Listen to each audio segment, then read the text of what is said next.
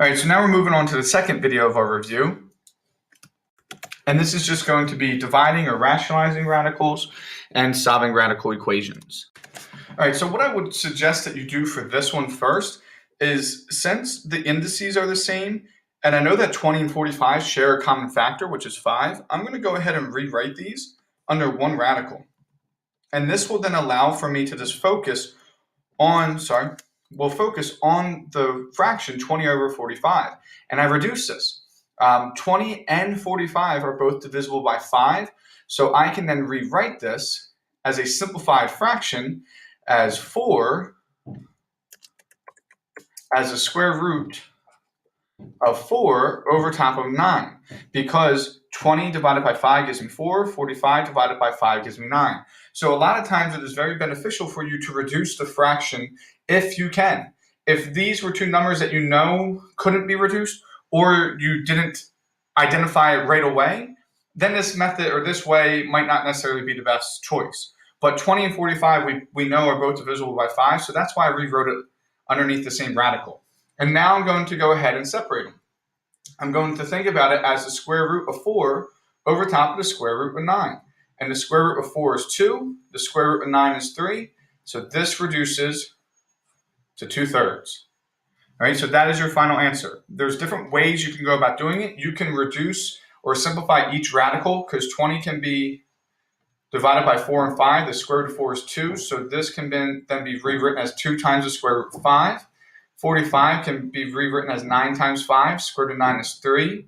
3 times the square root of 5. Now that you have the square root of 5, which is the same thing in your numerator and denominator, you can cancel those out, and it still gives you 2/3. So it really doesn't matter which way you do it. It's your preference. All right, so for this one, you may think that you had to break down these radicals, but the square root of 16 is 4. So we're left with 5 times 4 in our numerator, and the square root of 25 is 5. And since I have 5 in my numerator and my denominator, they cancel out, so my answer is just 4. All right, I'm going to give you some more problems where there is just a radical in our denominator, where they're not perfect squares or they don't just happen to cancel out, because you do need to know how to rationalize those as well. But whenever we have multiple terms, it's actually quite easy, or at least how to get started is easy. Remember, we multiply by the exact same terms, except for we change the sign. So it becomes 3 plus 3 times the square root of 2. So whatever your radical sign is, you just rewrite it as the different sign. And this was a problem I gave you guys for the do now, so I am just going to go through this really quickly because we already did this one together.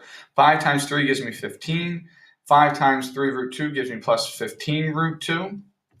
And now when we multiply by the same terms but opposite signs, we create a conjugate, or a difference of squares. So it makes it easy for us to do this, and it gets rid of our radicals. 3 times 3 gives me 9. In a difference of squares or a conjugate, we know the middle terms will cancel out, so we don't have to distribute the 3 into the 3 root 2 or this negative 3 root 2 into the 3, because they will just cancel out. So then we just need to square the first number and we square the second. So 3 times the square root of 2 squared. Remember, our rules, we have to distribute the square root into both. So 3 squared is 9. The square root of 2 squared is 2. 9 times 2 is 18. So a lot of you guys are making a mistake by not squaring the 3. And then since it's a positive times a negative, it will be minus. And then this will be giving us 15 plus 15 root 2, all over top of negative 9. We don't want our minus sign in the denominator, so we're going to distribute this negative sign into both of our terms. And 15, 15, and 9 are all reducible by 3. So it will give me negative 5, because it's positive divided by negative, minus, because positive divided by negative, 5 root 2, all over top of 3. That would be your final answer. All right, so once again, we have a radical in our denominator, so we need to rationalize. And when we do that, when we have two different terms, we need to multiply by its conjugate, or we create a difference of squares. So it's the exact same terms, except for the radical changes its sign. So since it was positive, it's now negative.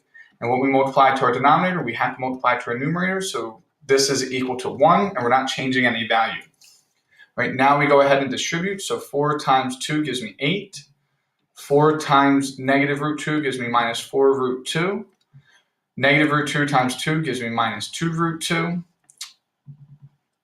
And negative root 2 times negative root 2 is plus 2. Then in our denominator, we don't have to FOIL it like we did here. We can just square the first, so that will be 4. And we square the second. Square root of 2 squared is 2. And we subtract the 2 since it's a positive root 2 and a negative root 2. Right? Then we're going to combine all of our like terms. So this will then give me 8 plus 2 gives me 10. Minus 4 minus 2 gives me minus 6 root 2. And it's all over top of 2. And since 10 and 6 are divisible by 2, we can go ahead and reduce it. So our final answer will be 5 minus 3 root 2. Because 10 divided by 2 is 5, and negative 6 divided by 2 is negative 3. Remember, you have to divide it into both. If you just divide it into the 10, that's not correct. It needs to be divided into both. All right, so once again, we need to rationalize because we have a radical in our denominator. So even if the directions don't say anything, you know that that's what you have to do because we cannot leave a radical in our denominator.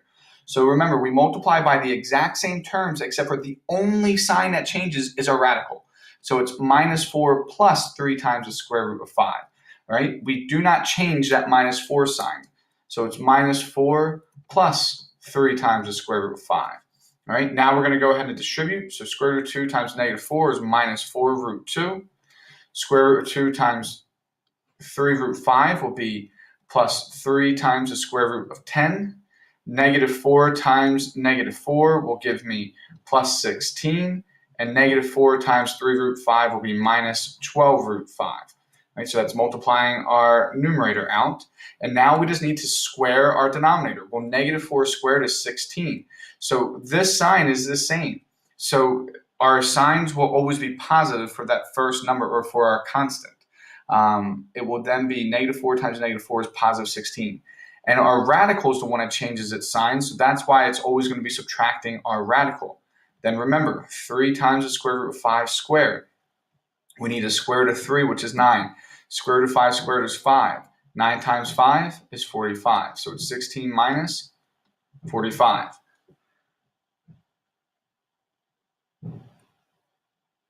All right, then we're going to combine any of our like terms. So we have root 2, no other root 2. Right, there's nothing that we can combine in our numerator. So the only thing we can do is subtract out our denominator. So it would be negative 4 root 2 plus 3 root 10 minus 12 root 5 plus 16 all over top of 16 minus 45. So that will then give me negative 29. And remember, I want you guys to not leave the negative in here. So we're just going to go ahead and distribute the negative into all of our terms in our numerator. And that just means we just have to change our sign. So it will become positive 4 root 2 minus 3 root 10 plus 12 root 5 minus 16 all over top of a positive 29. And that is your final answer.